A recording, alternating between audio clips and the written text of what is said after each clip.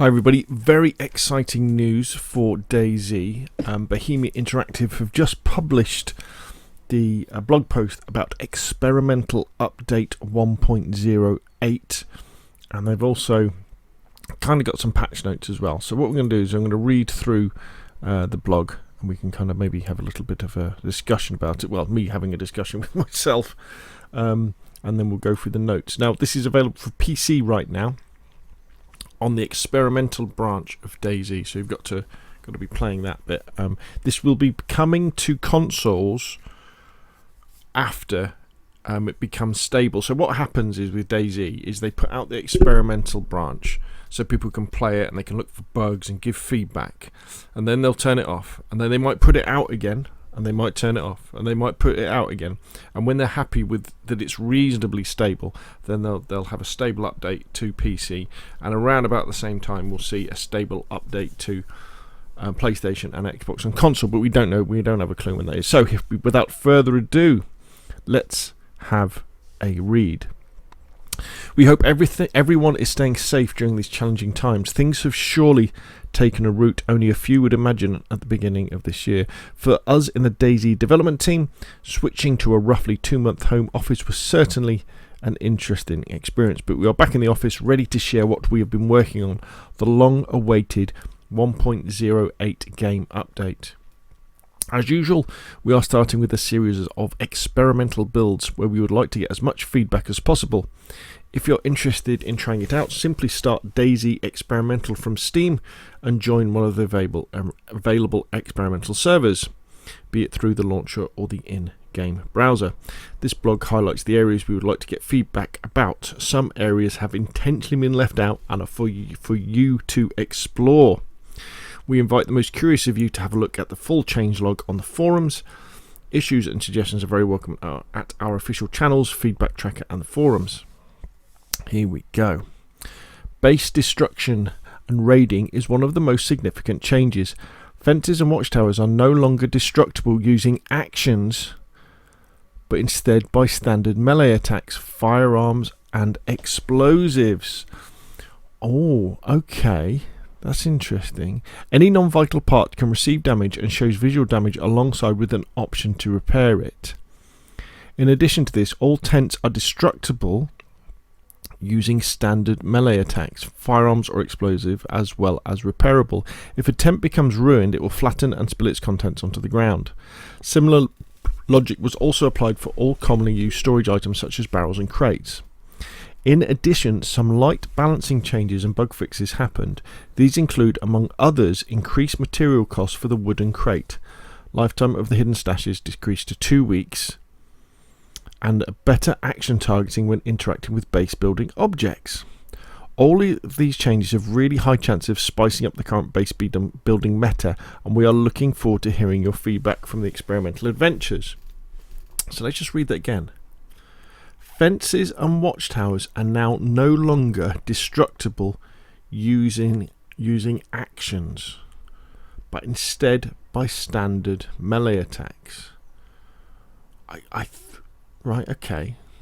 I thought you always did destroy them using melee attacks. You know, you hacked at it with your axe, didn't you, to get in? But I guess that was the only way that you could do it, whereas now you can hit them. Okay, so is it now the fact that you can't use a standard axe whacking away on it, or a pickaxe? Now you've got to use a melee attack, which would be an axe anyway, wouldn't it? Firearms and explosive. Interesting. I guess we'll have to see, won't we? And there we have. That will be a damaged tent, won't it? Right. Besides the base building changes, we have made a lot of changes to the fireplaces. The old cooking slots were replaced with something we call direct cooking slots. These slots accept both cooking equipment and individual food, meaning you are no longer dependent on always having a piece of cookware with you. Alright, I might actually cook something inside a house now. Fireplaces have also received lots of balancing changes and bug fixes. These, for example, include the return of the ignition conditions, tied to interior spaces, weather conditions and so on, to make fire ignition more authentic. While this inevitably reduces the number of places you can create a fire now, worry not, there is a new indoor fireplace type, which you can find in various buildings. Okay, so there we go. There's the... Actually, that's when you would make a fireplace, wasn't it? Oh, I wonder if this means we're now going to you can now use the fireplaces in buildings. We would also like to hear your feedback on the rework of the weapon sway and hold breath behaviour.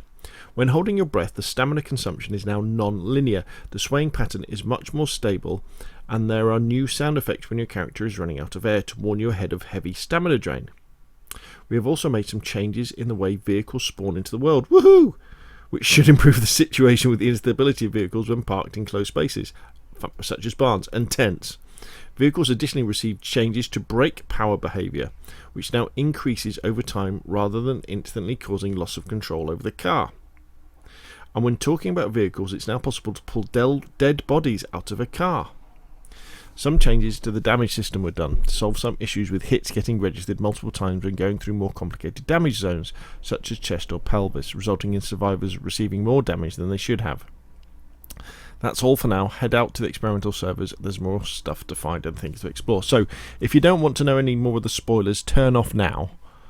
But here we go. Let's have a look in here. So, here we go. So, they've added a new gun, the Sporter 22.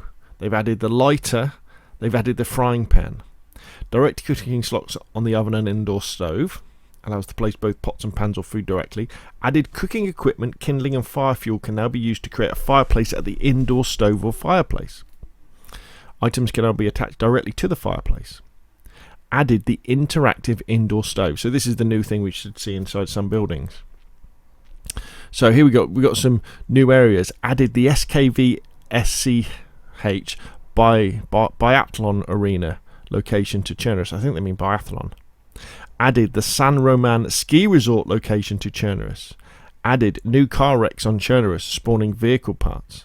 Added character sounds for running out of breath. Added storage containers, barrels, crates and chests can now be destroyed by explosions, gunfire and melee damage. Tents, watchtowers and fences can be destroyed by explosions, gunfire and melee damage. Tents, watchtowers and fences can be repaired using tools and materials. Maybe we finally got use for the screwdriver. Ruined containers and tents will drop their contents onto the ground. We now have a canopy tent along with colour variants. We now have colour variants for the medium tent. And there's new server info in the in-game menu. And we've now got the ability to pull dead bodies out of vehicles. And then there's loads of stuff about bugs fixes, which we won't go into here. So there we go. PUBG experimental update 1.08. Remember, when the full update comes, I'll be doing fresh videos and we'll be going through that. But you can play this on PC now on the experimental version of DAYZ. And yeah, enjoy. It's great they're still working on the game, because we know that Bohemia Interactive are heavily involved in developing their new engine, which is probably going to be for Arma 4, maybe for DAYZ as well. So there's a smaller team working on DAYZ. But it's great to see they're still doing stuff, removing bugs, and to be honest, we don't really need them to do that much to DAYZ, do we? Add these little things and get cars working properly on console, and then we'll be happy. Okay, that's enough from me. Thank you very much for watching, and I'll see you again soon.